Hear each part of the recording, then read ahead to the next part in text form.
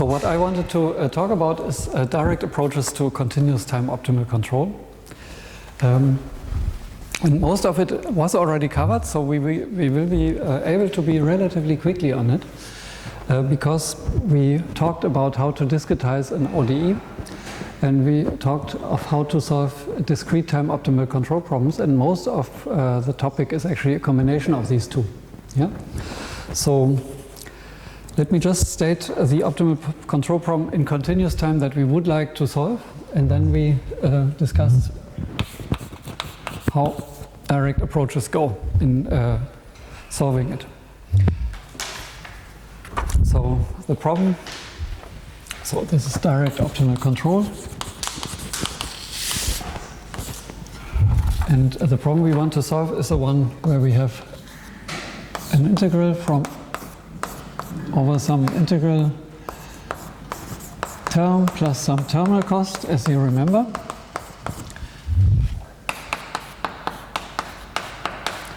And on the equation side, we have the ODE, of course, fxu. T is element in 0 to t. We also have, and this is now as general as we can, so we have path constraints, which also hold at every time point. I omit the time index here for brevity sometimes. And at the last time point, we might also have some constraints. So that's the problem we want to solve. And in all direct approaches, we will somehow discretize it before we solve it. And I think I can be relatively quick, as I said, on the shooting methods. We mentioned that before. So let me present single and multiple shooting in one. So 13.1 and 13.2, single and multiple. I mean, both are direct single and direct multiple shooting. And the first step they all take is they discretize the control grid, which is from 0 to t, into some finite number of steps. And these steps could be equally sized, or they couldn't be, but let's just make it for simplicity equally sized. So you get a discrete time system which lives, so to say, on these intervals, and on each of the intervals you choose some controls. And typically piecewise constant, but other parameterizations are also possible, right? So this is the discretization of the controls. And if you have discretized your controls, then you basically, so after that, if that's piecewise parameterized, piecewise meaning that the control parameters live only on the intervals, then we have transformed everything into a finite dimensional system, and we could just say that it is transcribed into something which is a sum of some stage costs, which I give an index now. The initial values I also give an index, xi and ui would be these controls. Yeah? And we are back at discrete time. The last is particularly easy. It's actually the same function, while the other big L's here are different functions. They are the output of the integration starting at xi using the control parameters I on the interval with index I. Yeah, so this is now the optimization problem we would like to solve. And the dynamics would be some new function which is xi plus 1 equals to fi xi ui. And that is now the one-step shooting function that actually starts at an initial value. Maybe here I draw it and ends at this point. So this is a state trajectory. This would be fi, this would be xi, this is ui, and we can simulate it to the end, and then we get the end value, which I call big, maybe I should give it a different letter, big fi, right? So to make really sure that we see it's different than this f. So this constraint is now defining the dynamics. So that goes from 1 to n minus 1. And then we can also decide where we discretize our path constraints, and these path constraints can be either discretized just on the nodes itself, then it's relatively easy, you plug in the x and the u into the function h, but you could also evaluate it on some more points on your horizon, and if you do that, then you get a function which still depends only on the xi and the ui, but has many more outputs than this one. Yeah? So I could require this constraint at the first point on an interval or on multiple points on the interval, and at the end I will get some function which I call big hi of xi and ui, which might contain more components than this one if I evaluate it at many more points. And these functions should be smaller than 0, and then I have my terminal constraint, which in fact is actually the same function r of xn smaller than 0. So that would be my discrete time problem after I have used a finite control parameterization, and piecewise, so it's piecewise on these intervals. And now single shooting just means, the transcription of this is, so to say, what you do in any direct shooting method, so to say, direct shooting. And then if you go into single, then it is actually identical to the sequential approach. And if you do it with multiple, then you solve the same problem with the simultaneous approach. So the point is that the discretization of both shooting methods is the same. So you basically solve exactly the same problem.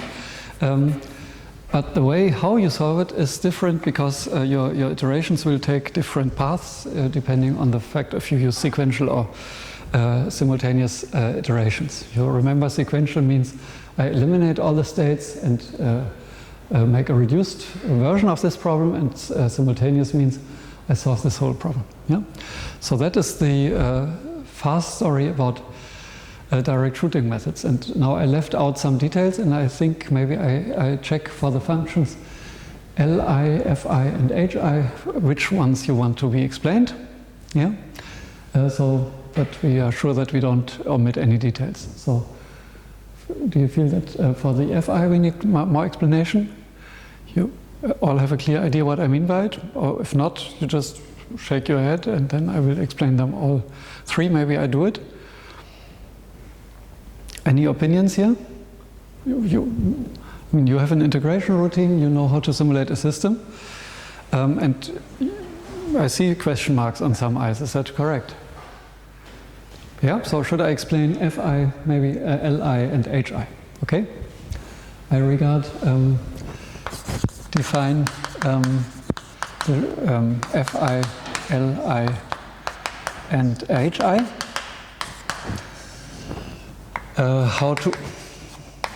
So let me define them. So the basic ingredient is that we have an interval from time t, ti to ti plus 1. So this would be, for example, this would be ti, this would be ti plus 1. And so on this interval, we can define a solution map that integrates the trajectory with some numerical integration method. Yeah? So we could actually, this one needs to be specified. And of course, it's a very important choice. But if you have that interval, then you can define a trajectory x tilde I, yeah? Which is the trajectory that actually starts at time ti and ends at time ti plus 1. It starts at the initial value xi and it will have the control ui as an input. This ui I will just assume for simplicity to be a piecewise constant. So, and I denote this thing as x of t. T is of course just in this interval. And I also give it independence on xi and ui. Xi is the initial condition and ui the state. And the tilde is actually a function. Yeah? So x tilde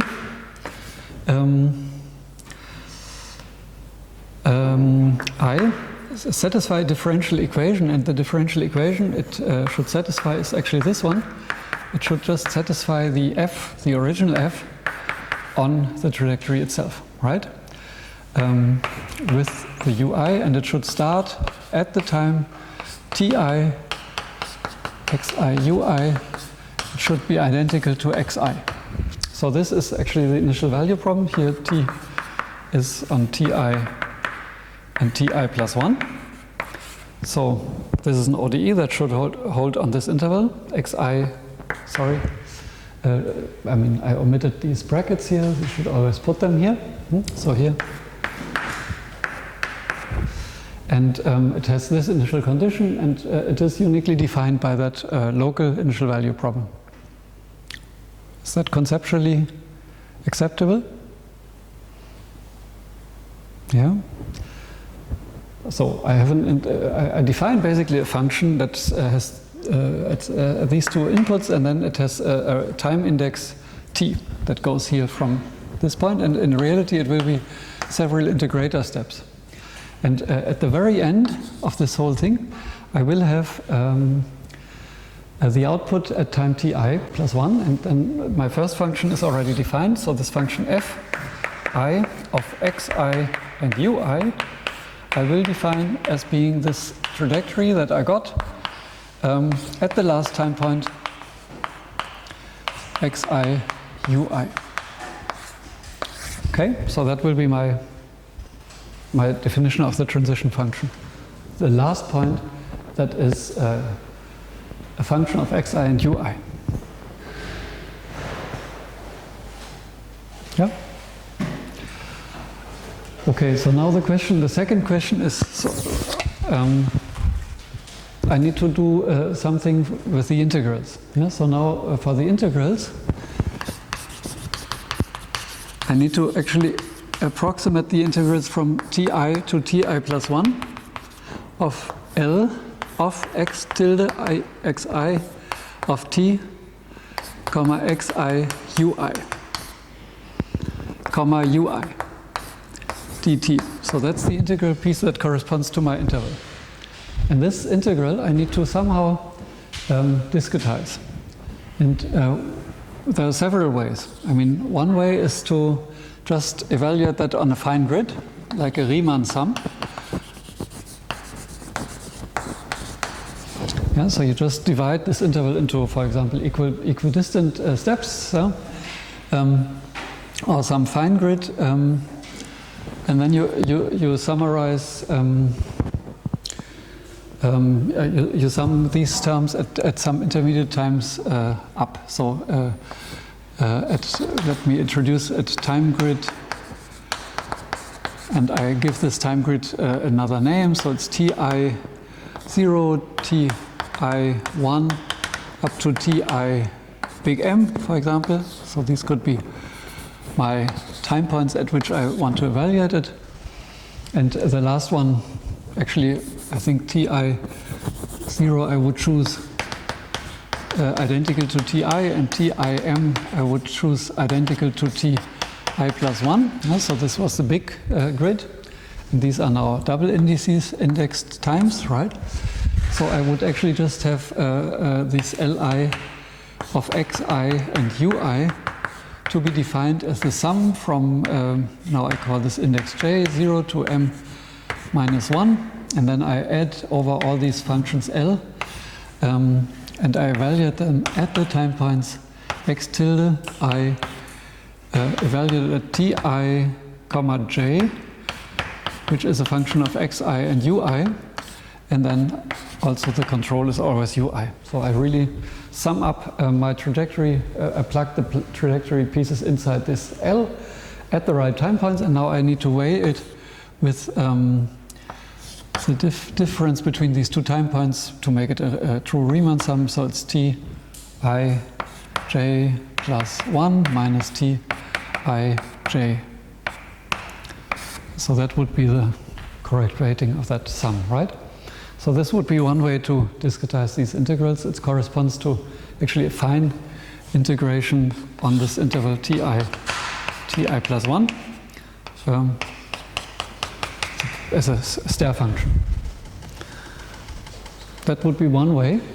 There is some other ways which are also used sometimes. So one other way would be to just add an extra state. And so you can actually, this is integration, right? So the integrator that I just used to compute this trajectory here, I could also use this to compute my integrals, and we do that by adding what we call a quadrature state. And this holds the cost. I call it Ct, which is, so to say, defined to be the integral from Ti to t of this cost at the trajectory. So it's actually a state that should start at 0 and then it just integrates. So you augment the ODE. So to the following, you have then an ODE that just, you had x dot equals f at the beginning, right? But now you have another equation added to it where you say also the c dot should be evolving with the L here. So the c dot, if you integrate the L, then it gives you this expression, right? Of course, your initial value would then be x tilde start at Ti is equal to xi, and the initial value of the c, maybe I should call it c tilde. C tilde at Ti is equal to 0. So you have no cost at the beginning, you just start integrating, and at the end of this whole thing, your integrator spits out the end value for the x and the end value for the cost, and this end value for the cost is now some function of the initial value and of the end that you can then denote by this expression. So we will then say Li of xi ui is defined to be, here's also definition, right? Defined to be c tilde of Ti plus 1, which is implicitly, of course, a function of xi and ui. So that would be the second way to approximate it. Of course, there might be other ways. You could also use higher order integration rules, which are different than the integration and different than a Riemann sum. But to give you an idea, these would be the two most commonly used ones. Are there questions about these generation of the Li? No? Yes. Or was it too fast? It's okay. Good. So then there's the remaining question, how do we define this Hi? So which functions do we actually really pass to the NLP solver later? And so the default way would be to do something like we do here with a Riemann sum, but actually we use, for example, for simplicity, the same time grid. Yeah? So some fine grid which is on this interval, and we evaluate the function the function h, middle h, on several of these points. So we would define this hi, which is a function of xi and ui. We would define it to be the stacked collection of a lot of constraints. Namely, we evaluate the function h at the first time point, which is in this case, of course, just xi and ui. So I also can write it like that because it's so simple, right? And then I start going to the second time point. So then I need to actually use my nonlinear transmission here, this Ti, 1, right? But that whole thing is a function of the initial value of and the control itself and the ui. So now this is the first time point, and then I go up to the last one, h x tilde I Ti m semicolon xi ui comma ui. So please note that I really care about the dependence of this thing on xi and ui. Sometimes you leave it away, like here, for example. I mean, you can always write it, but you can sometimes also omit it. But here I prefer to write it because the time point is fixed, but the xi and the ui are really variables of the optimization problem, so they will influence these functions. But the h is the original function. Yeah, there's a question now. But don't we have duplicate constraints then? Sorry? Don't we get duplicate constraints by defining it that way? we should either the first one or the last one.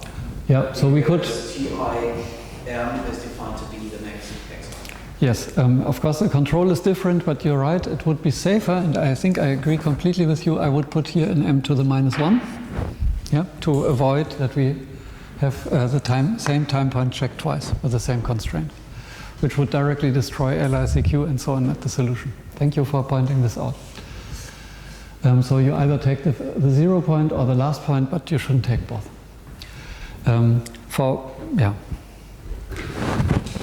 Okay, also I should say that if you have controls which are piecewise constant, which sometimes are these h's, then you would also prefer to not impose them again and again and again and again. They are all the same, so it's stupid to require them too often. But for pure state constraints or for mixed constraints, this really makes sense, and every constraint is a separate one now. So now we have defined all the functions, and the R and the E are exactly the same functions that we had in the original problem, so there is no discretization choices to be made. But please note that what choices do we need to make? I mean, the choices are, before we even define what to do, if we do single or multiple shooting, but the choices we always have to do are the integrator.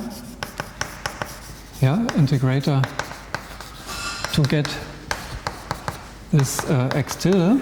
Yeah, so you could think of something like a default Runge-Kutta 4, right? But then also the step size of this integrator. But it could also be implicit. Yeah? It could be PDF is one other integration method that we didn't treat. Could be collocation integrators. Could be whatever integrator you have. But you need to be sure that this integrator at the end delivers you also differentiable functions. So what you want is that this x tilde, which you insert here into nice analytic functions that someone gave to you, right, or that you formulated, these xi's are now the output of your integrator. And at the end, the optimization algorithm needs to compute derivatives. So you need to make sure that this integrator can deliver derivatives. Yeah, so it should include derivatives.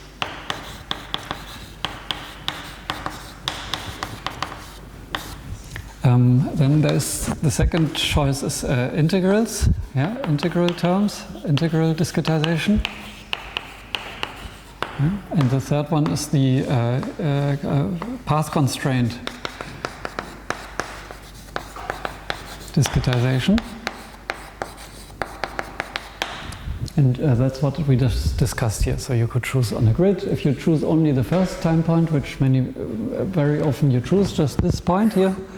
Yeah, so basically your grid, this fine grid, just corresponds to one point at the beginning. You could also have the corresponding choice here. Then you basically have the full interval length, and you just evaluate your integral at the first point. Yeah, it's doable. In some cases, this is enough. But you could also be much finer. So these would be the discretization choices, and then at the end there is the solution how you solve it, the NLP solver, NLP solution method. And if you think of it, you could even say that the choice if you use sequential or simultaneous is more or less a choice of how you solve the NLP, because it's independent of the discretization. Yeah? So these are really discretization choices. So they change the solution, while if you use single or multiple shooting, you will actually converge to the same solution, but you might in some cases not converge with one method, while the other does converge, or one converges faster. So this would be the main difference here. Okay, so these would be the two direct shooting methods, very similar and very related. Maybe a few remarks for both of them actually.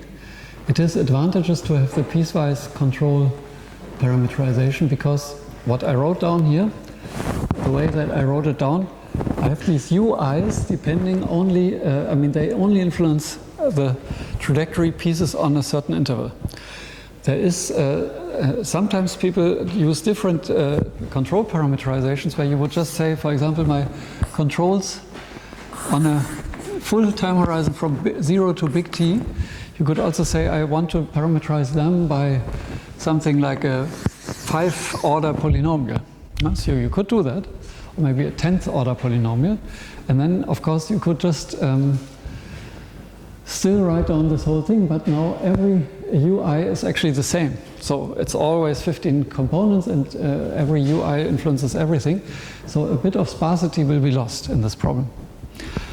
So that's something that I would not recommend. So global U parameterization possible but not recommended.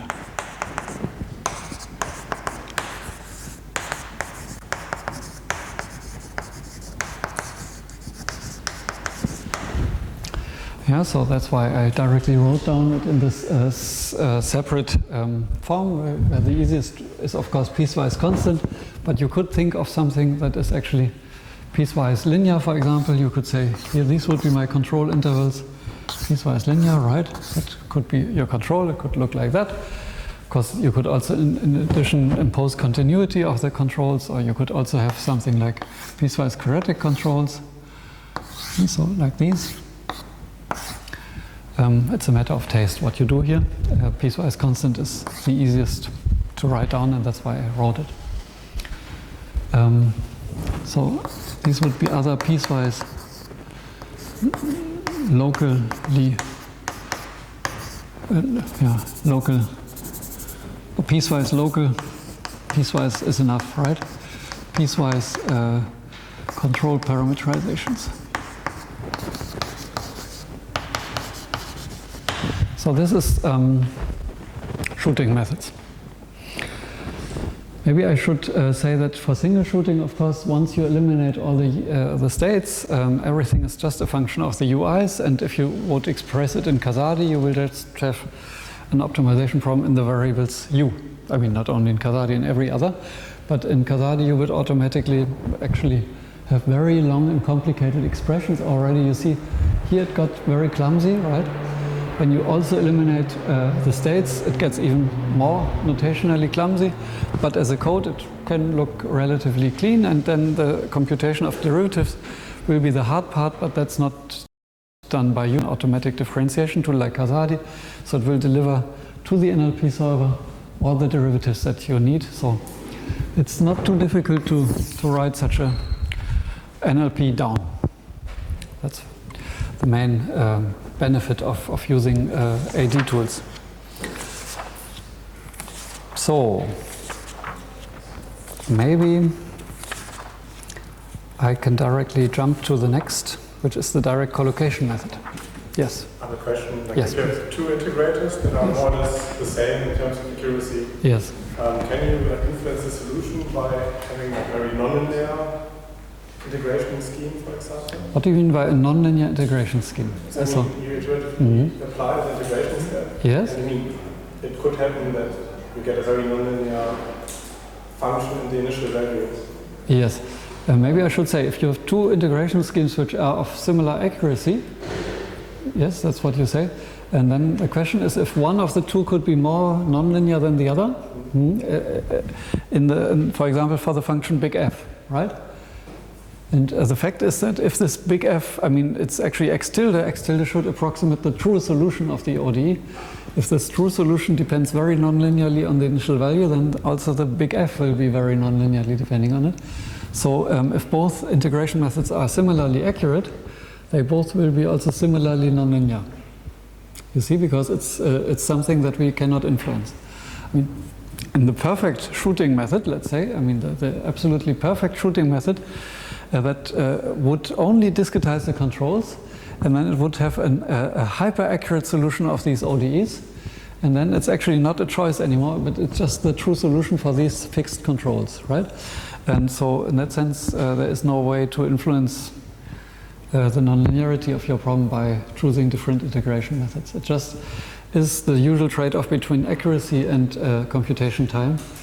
But computation time is now also for the derivative computations, because inside an optimization algorithm you will need to compute the derivatives. And so you care also about integrators that are fast at derivatives. Integrators for shooting methods are a special subset of integrators, and they are written a bit differently usually than a normal integrator. For example, if you would have a step size control, you would have checking adaptively if your steps are good or not, and you make shorter steps if necessary. So afterwards you need to propagate also the derivatives. And so in most standard integration rules you have actually a low order and a high order integrator that are compared. And then the high order result is actually taken for the steps because here we want derivatives. We don't think that the high order is definitely more accurate than the low order, but we know that the low order is cheaper. It will be also more cheaper for the derivatives. So you will usually propagate your derivatives and also your function through the low order scheme and use the high order only for the error control to save computational time at the same guaranteed accuracy level. So that's some little details. But in general, yeah, the choice of integration method is only about speed and accuracy. Yeah. Other questions? Yeah. Concerning the method that you just described, so what happens if one observes that the low order integrator actually diverges from what the high order integrator would say would be? No, then you know that the low order is wrong. You need to make finer steps. Are there methods that then automatically switch to the high order? No, yeah. Also, this exists. I mean, there could be a whole lecture about integration methods, but basically, I mean, first of all, if you have an explicit integrator, it could be that on a stiff system it just explodes. So then you shouldn't use it. You can make very fine steps, and then at some point it will work. But this will be overkill. You better use an implicit integrator, and then it will work fine. If you have inside your integrator some adaptive step size selection, it will compare to, and it will actually make the steps smaller if necessary, to avoid that the two things diverge. So there is some, that's error control, but it's not something I think I have the time to discuss here. But it's something that is typically built into these x tilde functions. So you have an integrator there. Other remarks? If not, then what I suggest is we make a short break now already, and then after the break we do collocation. So we have until 3:05. Okay? So the next method, which we also can understand easily with all what we have done before, is the direct collocation method. So 13.3.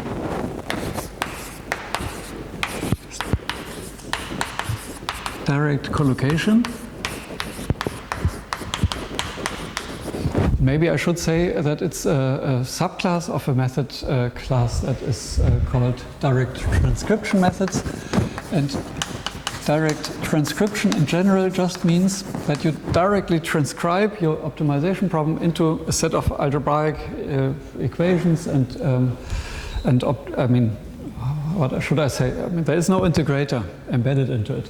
So you directly transcribe it into an NLP, direct transcription. And of course you could do it with many forms. You could do any implicit integration scheme, even explicit integration schemes, which have these intermediate k values, but the idea would be to have everything that's in the integrator also an optimization variable. And direct collocation is the most popular one, and it's actually using implicit Runge-Kutta methods of collocation type, and then it will transcribe everything into a nonlinear programming problem where every single function is relatively easily constructed from the problem equations themselves. So it's a specific part of direct transcription methods, but basically the only one that's widely used, and that's why I gave this section the title direct collocation. So now we recall what a collocation integrator does. A collocation integrator regards some intervals. So I also call these intervals ti plus 1. But in contrast to multiple shooting, where this was now a full integration interval where we would have multiple steps, this is now one single integration step. Yeah? So it's a single collocation integrator step, integration step. And on this single step, we will, of course, have to choose some controls. And the most common choice is actually to, the choice I would prefer is the one where you use piecewise control on this whole interval. Yeah? So you have also a ui as a control on this interval. But now, in addition to the initial value, xi, you will also introduce some intermediate variables which correspond to the implicit equation. So you remember that we could use collocation in different ways.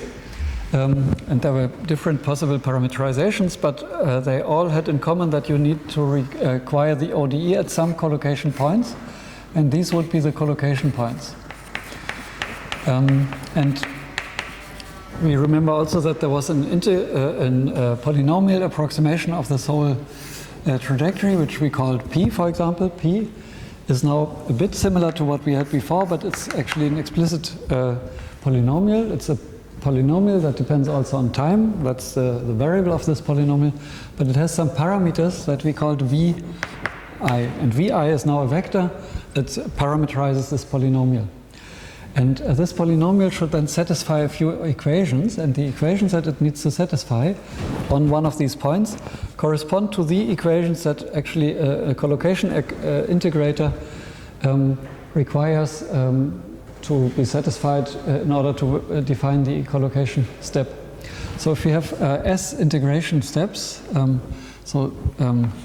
S of these, right, then we will also have S collocation equations, and we will have S plus 1 conditions on our polynomial. So I will collect these equations.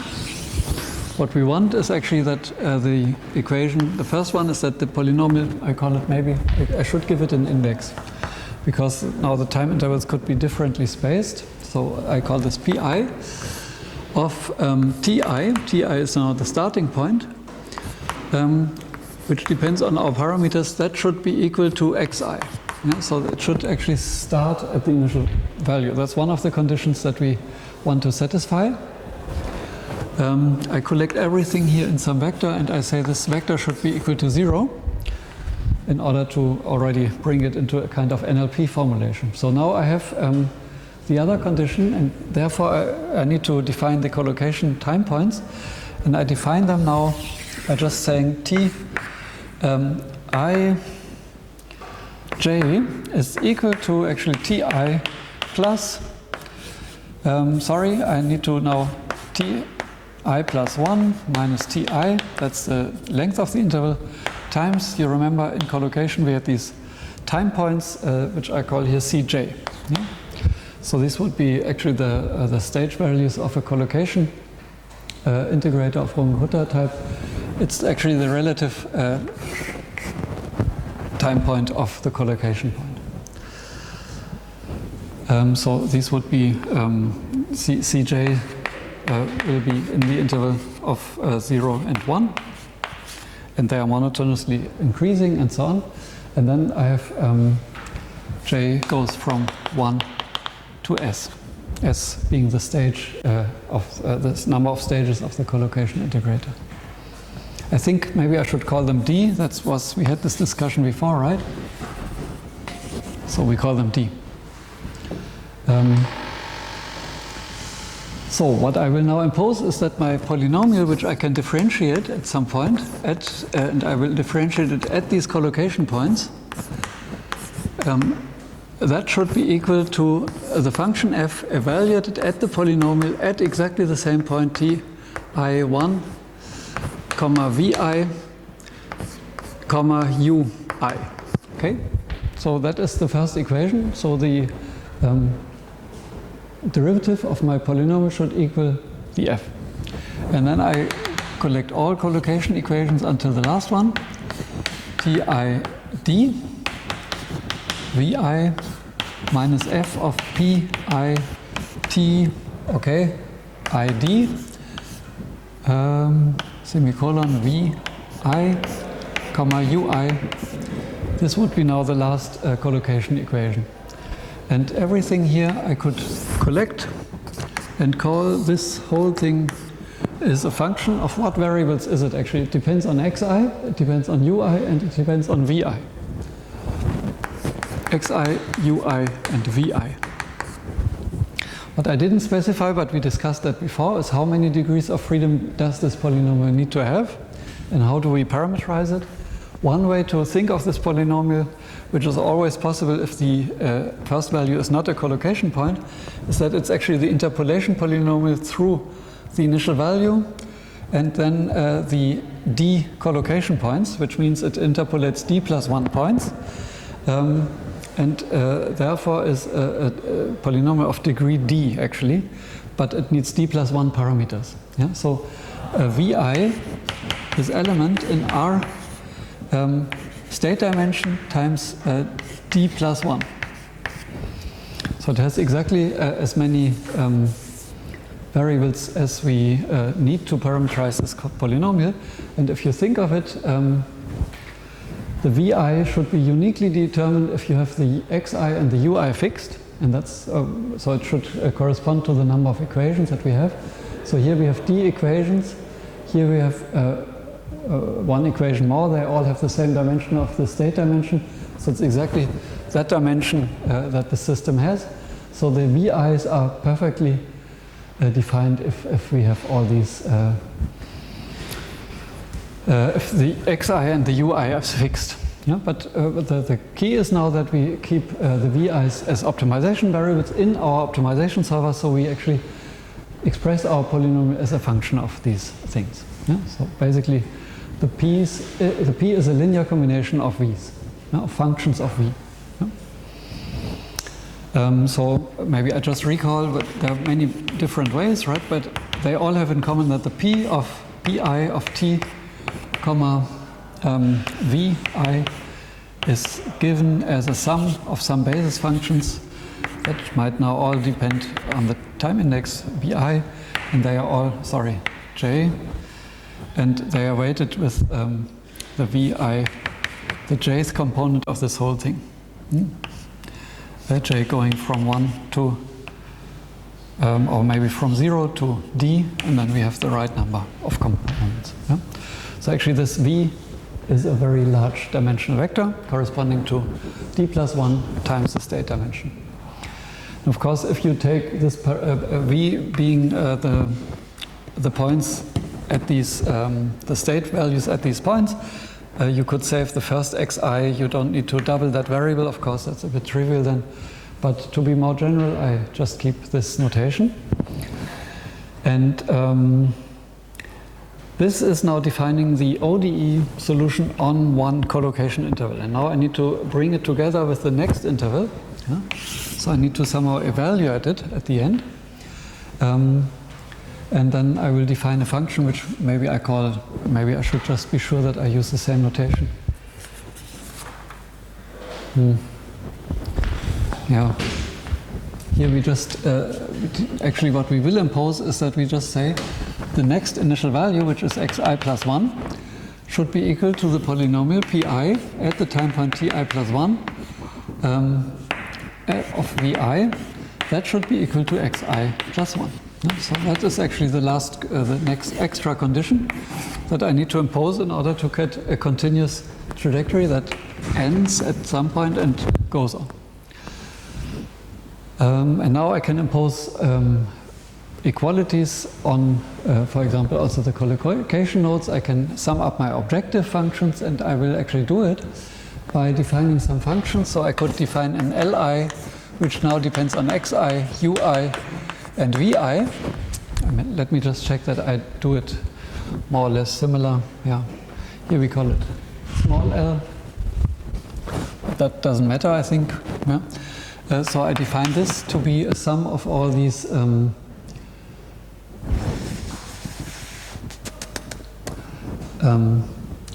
maybe I should say for each I think we had this discussion before. So I mean, you know, in a Bruggen-Kutter methods have this Baccia tableau. Huh? So there's C, there's B, and there's the matrix A. So that defines a collocation method as well as any other method. Actually, in a collocation method, you choose the C's, and then the A and the B's are automatically given. And the integral you could easily approximate by just using the weights B, which are just the correct weights for the function L evaluated at the collocation point. So I will actually have a Bj times this original function x, but I evaluate it at the polynomial at the time point Tij, which is the polynomial, the right collocation point, and ui here, and bi, and then of course the total interval length needs to be also at ti plus 1 minus ti. So it's a bit more elegant actually than a Riemann sum. It's already using the same integration rule as a collocation method, and actually this weighting is equivalent to augmenting the state with one quadrature state, performing the integration, and then it will also result in the same weighting. So I think this is like the default weighting you should use in collocation. And then there's the question, what do you do with the hi? So how do you impose inequalities? And there's of course many possibilities, but one obvious choice would be to impose them only at the collocation time points. But you could also include the first value if you want. And that's what I will do here. So I will impose it actually at the initial point. So I have this one, and then I have it evaluated at all the collocation points, which is in this case P I of T I 1, comma VI, comma UI, and then I go on up to H of P I of T I D, semicolon VI, comma UI. So this would be the constraints on one collocation interval. I could impose them on all time points, right? And it's only one choice. I could choose it on a finer grid and on a less fine grid, but if I have defined all these things, I can bring everything together in one big nonlinear programming problem. And now I have an optimization problem, which is in the variables x0, x1 up to xn.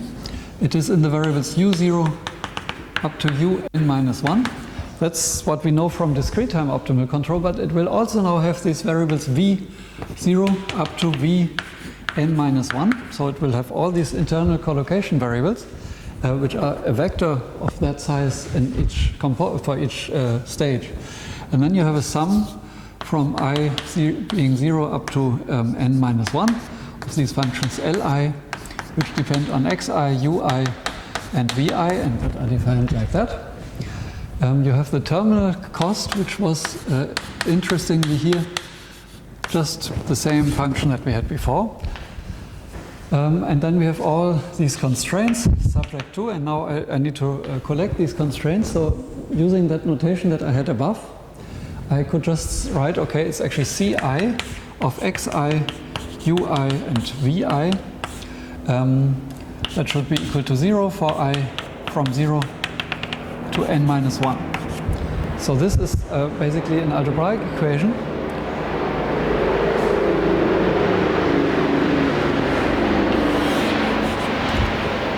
that implicitly determines the vi. And then, given the vi, I can actually evaluate the polynomial at the end, and then I get this transition, which is now the real connection from one time interval to the next. It's this one where I have this p. Here I use my polynomial even. This thing minus xi plus 1, that should be equal to 0 also for all these indices. And then I also impose, of course, my inequalities. Hi of xi, ui, vi should be smaller than 0 for all these. And then my last constraint was r of xn should be smaller than 0. So this way I have now collected everything in one big optimization problem, and you see that it's not exactly a discrete time optimal control problem as we had it before, but if you think of it twice, you could say it's actually an algebraic discrete time optimal control problem where at every, I mean the x is still the state, that's the communication from one time step to the next is the xi's, and there are some extra variables vi which appear everywhere, but they are implicitly defined by these algebraic equations. So in principle one could even think of a sequential way to solve it, where you would just say, hey, I fix my initial value, I fix all the controls, then I could eliminate by Newton's method the first vi, then I can eliminate the next x1, and so on. If I fix the controls, I can eliminate also the next vi, and so in principle you could actually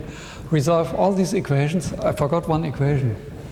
I think I didn't have it even in the initial point, but of course you usually want to have an initial value that's fixed, right? We omitted that before. It should be part of the optimization problem. So if the initial value is fixed and all the controls are fixed, then these equations together, they define the complete trajectory. So that is still, in that sense, a dynamic system, a discrete time dynamic system. It just has some algebraic states in addition to the differential states. Yeah? So you can think of, I write it here,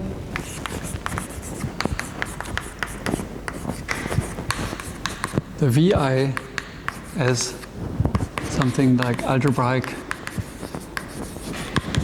states. So they are defined implicitly by these algebraic conditions. So that would be a collocation method in its most general form. And I should say that, of course, when you use specific parameterizations, it gets easier or less easy. And the easiest way actually is if you use the parameterization where you choose the collocation points exactly as the variables, because then some of your functions will look much simpler. Yeah? And that's why it's also most often used. So if C1 is bigger than 0, yeah, which is the case for many collocation methods, yeah? That is e.g., for example, for Gauss Legendre or Radau 2a is another popular method. We can use vi is equal to actually some node values, which we could call si0, si1 up to sid,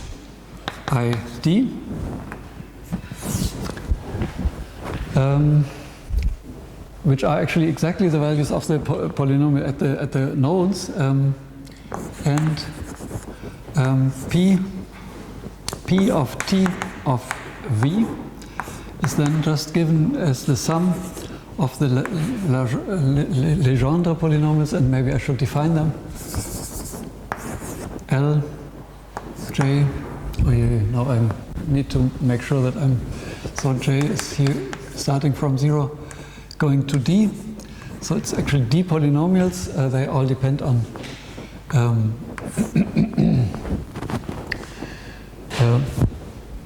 on the variable t, but they will be divided.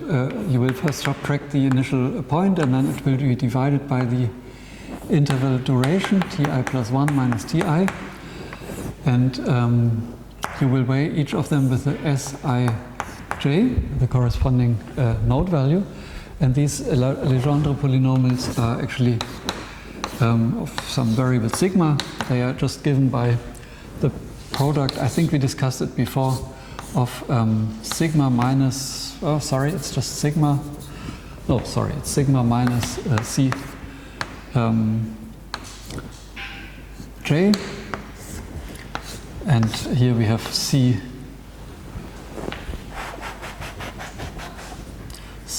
k minus c j, and k goes actually from 0 to d, and k should not be equal to j, that's the only thing.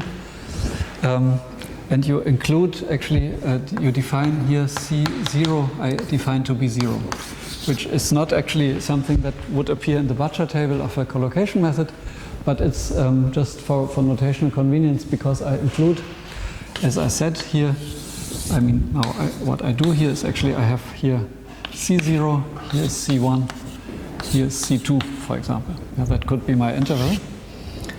And these Legendre polynomials, they have the property that they are just 0 at one point and, 1 at one point and 0 at all the others. So if I use that basis, then I have this interesting property that P of Tij of Vi is equal to Sij, to this value here. So it's a very simple way to parameterize it. And because I need this expression very often, for example here in these sums, or also here in these points, I could then, in this new notation, I could actually write my problem a bit simpler, and I will actually be able to get rid of a lot of variables. So first of all, I can identify Si0 with xi, so I don't need to have both of them. I will skip the xi in this case. And if I look now at this whole problem, let me just write it down explicitly only in this variables si. I will have an optimization problem which is actually an S0, 0 up to S0, 1 and so on, and the end is Sn minus 1 D, right? So all these S's, all these variables, I will have the U 0 up to U n minus 1. And so I make it a bit longer. So then I have a sum of all the integral terms, which will still be, it will be a double sum now. It will be I from 0 to n minus 1. And here it will be j from 1, interestingly, actually from 1 to D on each of the collocation intervals. I have the same order in this assumption that I make. And here I have now the bj times the objective function L, the original one from my NLP. But now I use the fact that here is an Sij. So I make this a bit simpler. Sij, ui times Ti plus 1 minus Ti, which is a constant. And this is now my whole integral term. And at the end I have an S of S. How should I call this? The last point. Oh, I need to introduce the last variable, xn. I didn't have that yet defined, so I should introduce it. Or maybe I give it a name that corresponds better to my notation. It's actually Sn0. So it's like the last interval's starting point, but there would be no interval appended to it. Yeah, so I call this variable here Si0. This would be Si1, Si2. And then here would be Si plus 1, 0. So it's already the next initial value. So I use the same name. And then my equations, the first one is trivially eliminated. I mean, the first one is this one, so I should just have S0, 0 minus x0 bar should be equal to 0. Then these equations, I can now directly write them down. I mean, it's the equations that we have up there, but they look a bit nicer now. I will still use the notation of these integrals, these polynomials, pi of Tij, comma v, vi. I identify, of course, vi with these, and if I, instead of writing this all together, I still write vi here because it would be tedious otherwise.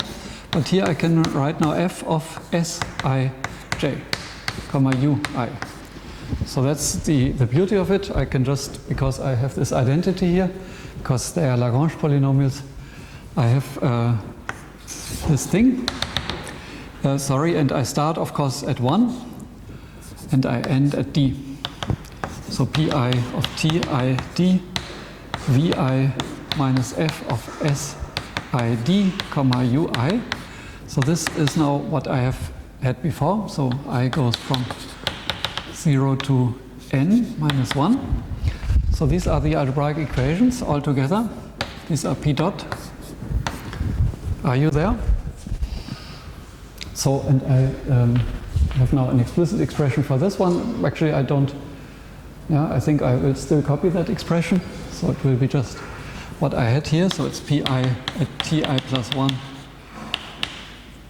comma vi minus si plus 1, comma 0. So that's now the continuity condition for the next stage. And the h gets a bit simpler due to the fact that I have these nodes here. So I can get actually s h evaluated at all the nodes. So it's just h of si0, comma ui up to h of sid. And here maybe we should have the same discussion as before. Depends on if the last collocation point is part of your system or not. But let me just be a bit, for example, for this thing, I would have Gauss collocation there. The last point is not included, so I will keep the SID, comma UI, and all these functions together should be equal to smaller than 0 for all indices. And then the last one is just R of Sn, comma 0, which should also be smaller than 0.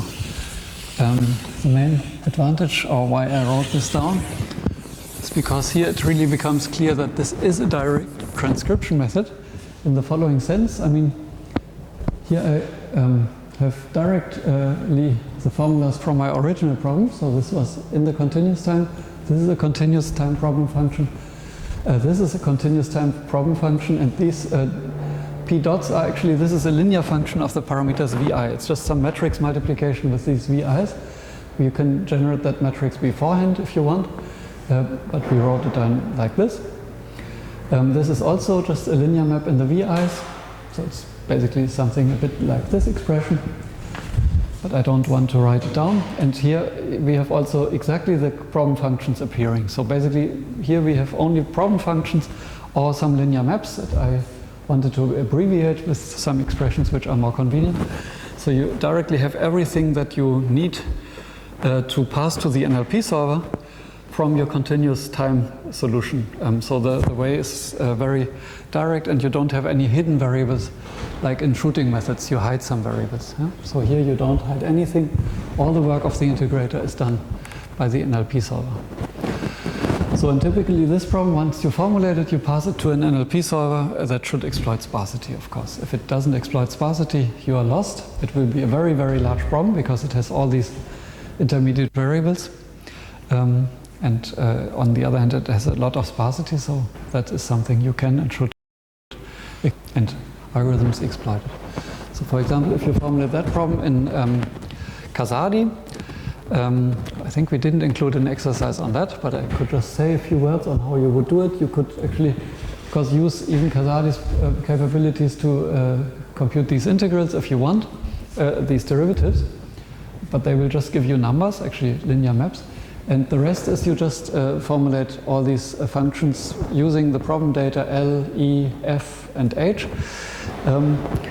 into an NLP. You pass it to, for example, the solver IPOpt, and if you solve it with IPOpt will take care of the sparsity detection in the linear algebra and will give you quite competitive runtimes in solving this problem. So that is very quickly a description of direct collocation. It builds heavily on these implicit Runge-Kutta methods, and collocation is a special case of it. And of course, the choice of these points is a very important one because it determines the order of your method. There is one method class which I still want to mention here because it's very much related, and I think I have, there is no section on it, but it's part of this section in the script. So there is a method class which is very related and which is basically the same, but not exactly. So I want to make 2 points, so 2 clarifications. The first one is what we do here. If you look at the F equations here, we impose, we evaluate f at several different points, state points, but we evaluate it always at the same u because we assume piecewise constant u's. So the first thing is that one could think, and sometimes you like to do it, that you could have more freedom for the u's by just choosing a different u in all these points. Yeah, so there would be variants, right? So one variant, instead of ui, which is piecewise constant, you could have, of course, something higher order, right? And the highest order that you could use is that you choose a different control value for every collocation point. Piecewise constant could use higher order polynomials for the controls. So you could use them, for example, piecewise linear. So for the local control parameterization. So what we do here is piecewise constant, right? You could instead also use piecewise linear. You could also use piecewise quadratic. Then you would have here, you have one parameter, here you have two, here you have three. And the highest thing that you could use is actually d. D parameters, and d means that you get a polynomial of order, and this is, I should be, if you have one parameter, your polynomial order is 0. That means a polynomial of order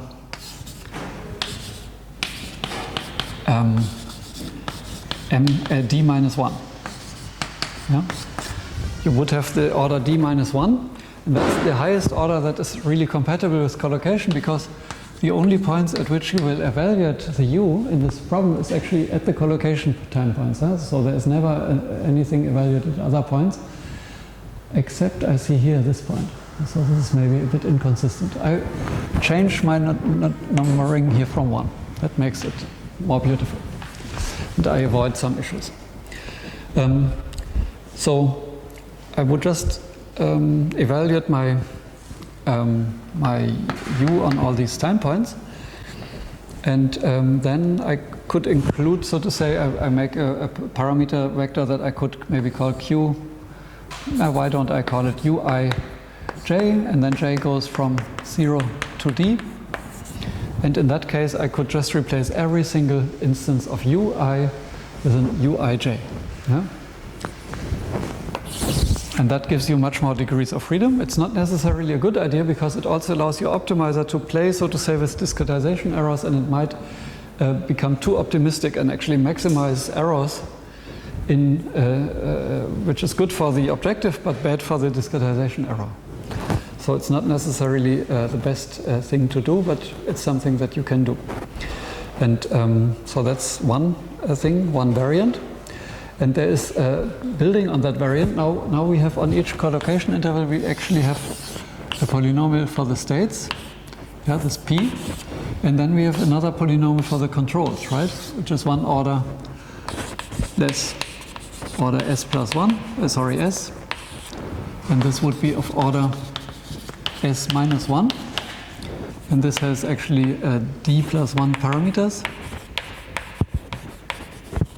And this has d parameters. So that would be the extreme case of collocation, where you have for the states a polynomial and also for the controls a polynomial.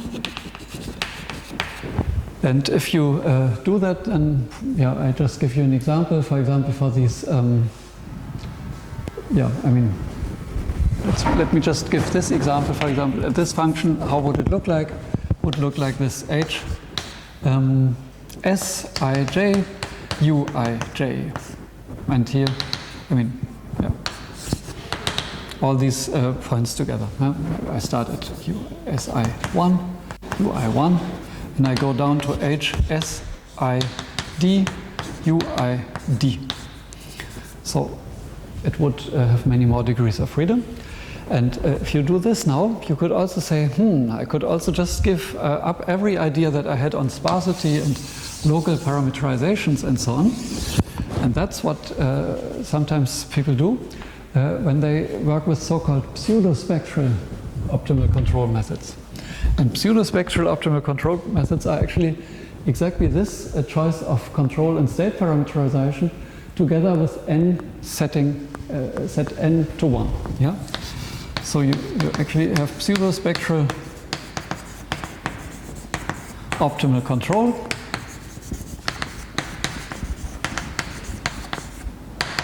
You set n, the big N, to 1. So you just have one single interval. And on this interval you use a very high order, choose the high order for D, and that's it. And choose a high, use controls on each collocation node.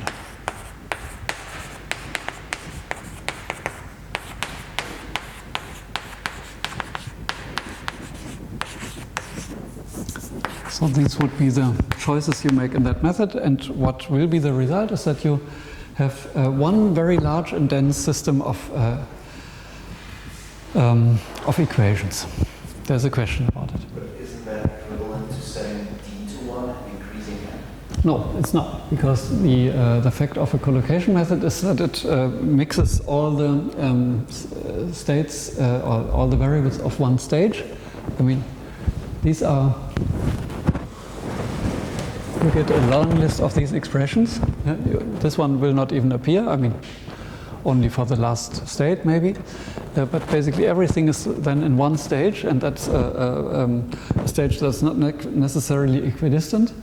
It will create a very high order integration method, but only with one interval. So it's like the difference. I mean, you could think of, if you use normal integration, you can take 5 Euler steps, right? Or you can take one Runge-Kutta of order 5. This is a different method. And here it's of course implicit collocation, but it's a different method than just. It's very different actually, because these p dot equations, they mix between all the parameters, while I mean the sparsity structure is not the one that we are used in optimal control problems. Yeah? So you lose the sparsity of the optimal control problem. Yeah? So the normal discrete time optimal control sparsity we lose because all variables are mixed with each other now. But still also this method is widely used. Yeah? But doesn't the performance of this method heavily depend on the choices of C? Like on the Yes. Yeah. All methods depend. Maybe I should make this point again. The choice of the time points, right? Exactly. Yeah. Of time points C1 up to CD, right? This is something where you have, I mean, once you have chosen them, you directly know which method you have. And the Gauss-Legendre points would be one choice. They are the ones that give you the highest possible order for the number of points. And then there are many other points, and some popular choices, I think, in pseudospectral methods, people use either, I mean, of course you could use anything, but usually people use Gauss-Legendre. So these would be typical points, and the other typical point is something that's related to Chebyshev polynomials, and they are just different points, and somehow stress more. Don't ask me about the details. I don't know, but this is what I heard. People use Chebyshev polynomials, the zeros of Chebyshev polynomials, because of some properties they like. I should know, but I don't. Just know that these two, I mean, Gauss-Legendre methods give you the highest order. That's what I know, and the others are also used for some. Maybe they are numerically a bit more stable. And anyway, when you get to very high orders, like 100, d equals to 100, you will get very easily ill-conditioned matrices in your problem, so it's something that is not so easy to solve numerically. Actually, if we would have more projects, I would say, hey, why don't you try and compare? Yeah? This would be a typical question. But we don't have so many projects, so I will not ask that question. I think it's a good point to stop here if there are no more questions. And we have next week one lecture, and then at the end of the lecture we will do the project presentations. Yeah, and if there's still more time, then we can drink a coffee in the Mensa or something together to conclude the lecture. So what I want to talk about next time is a brief outline of how you can use optimal control in the real-time context for nonlinear model predictive control, and already present, so to say, the basic ingredient that is also the one that we ask on this extra sheet. And yeah, that will be the end of the lecture next week. Yeah. So thank you very much and have a nice afternoon.